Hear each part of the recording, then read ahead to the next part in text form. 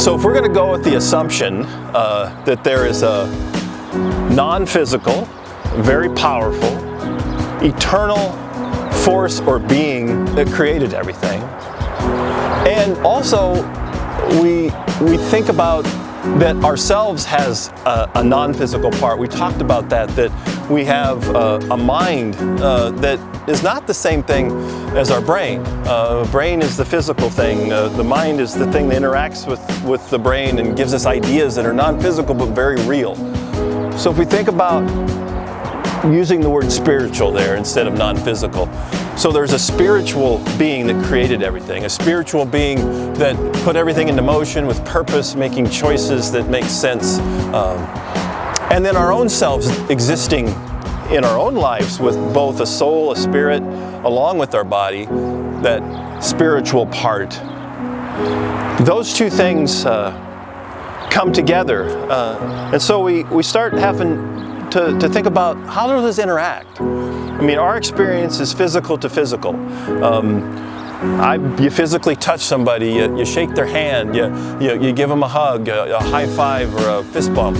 And that's all well and good, but we're talking about something deeper here. Can we conceptualize two spiritual beings that don't have physical qualities interacting and relating with each other? How would that work? Do we have any experience with that?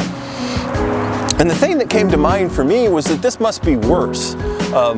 All I can think about is my physical self and interacting with the people that I care about, and doing that in a physical way. But as I started to think about it, really the deepest things, there's more to it than that. I thought of the word love.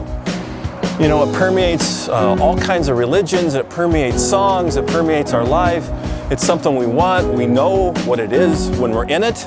But it's not just physical. There's physical aspects to love, but there's something deeper, isn't there? It's emotion, which at itself is more spiritual. There's spirituality, something deeper there. So as I thought about that, maybe we're looking at this backwards. Maybe it's not that not having a physical existence like this powerful force that we're talking about that created everything. Maybe there's something better there. Maybe it's not shadowy. Maybe it's what was always intended.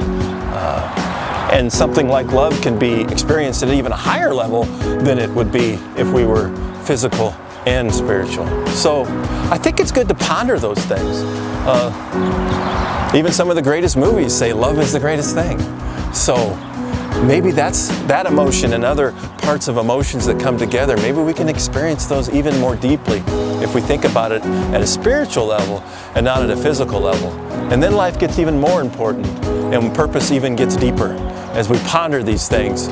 And then the other thing that comes into this is that this doesn't last for a finite time like our bodies, but it can last forever, for eternity, which is a wonderful thing to think about.